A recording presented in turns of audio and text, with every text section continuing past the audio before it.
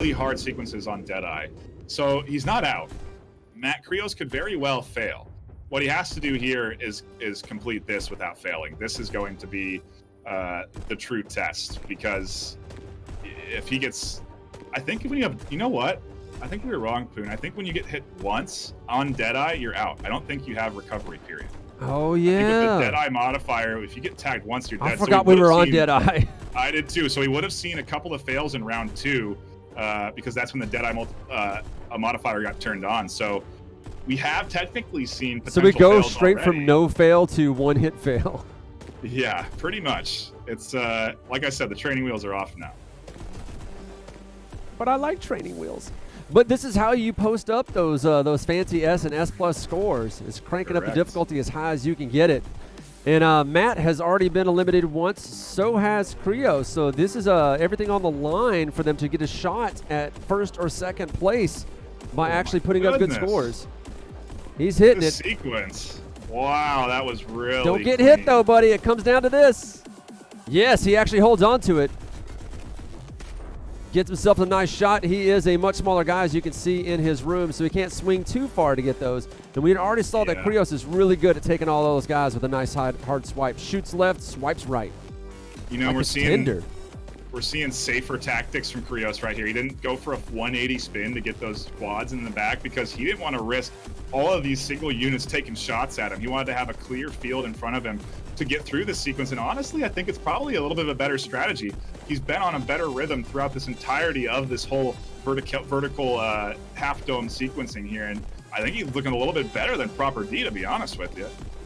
Yeah, whenever he's on point, he's on point. This is what I say about young players. They really do just blow us away with their ability to pick up the game quickly and adapt. But when they start off in these competitive games, they can be a little bit inconsistent. But once they find their footing, they can be very difficult to catch up with. We already saw that in Echo Arena with former V-Respawn team. I believe they're called Joker again.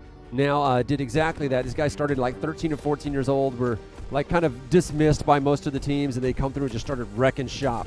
And I think we're going to see that from Matt. Maybe not today. Maybe today. We'll have to see. And once he locks in, if he can actually make it happen on this last map and just cross his fingers and hope that Krios actually ends up failing on the first. Oh, my goodness. I'm finding myself dodging. Yeah, I'm dodging with him, too. He is getting real close. He does go back for the turnaround on the quads and gets he can't afford this hit. Can't afford this hit. The sequence. I can't even commentate it, and I'm like clenching so hard my mouth hurts.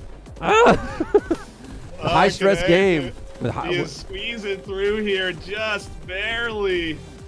Oh man, it's a good thing he's a small target.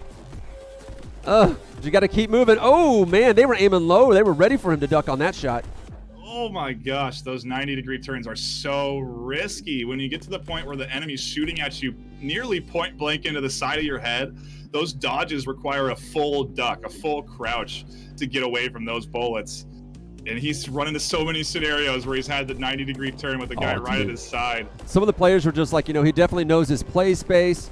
He's actually working really good in this tight space. But it was I think it was last night or the night before, actually, where we were doing a test stream with him. He had a Sword Art Online poster on the wall that he completely blew through. Oh, no, come on. You can't turn your back to that, so it's not one-hit fail, luckily. Oh, he's good.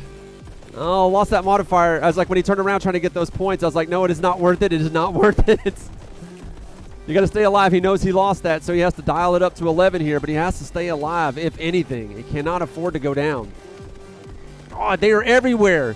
I can't imagine the kind of movement that you would have to do at a guy who dodges so last second like this.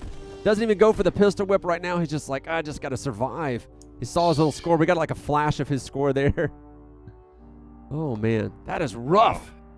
Yeah, that is, I like Turtle. Turtles like that happens all the time on that part. We've played through this song already. I don't feel like Proper and him Krios got as close to dying in these sequences, but I think that Matt's doing better at hitting his targets here than Krios and Proper were. You gotta remember it's Deadeye too, so he's not using that aim assist. He's having to hit those headshots for real. The ones that he gets anyway. Oh, man. Really good shot. It's stressing me out already. Just that early sequence. I'm still trying to like come down off of that. I want to like put some powder to get the sweat off my head on this one.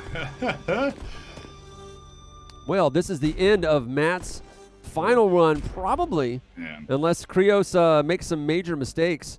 I want to write this score down, though. He did make it to the end of this one. Oh, he shoot himself in the face. R.I.P., friend. R.I.P. in peace, as the kids say. 770, 736. Hey, he still threw up an S. Yeah, and so now you're seeing, you know, that is his score. His highest score, he was using those modifiers.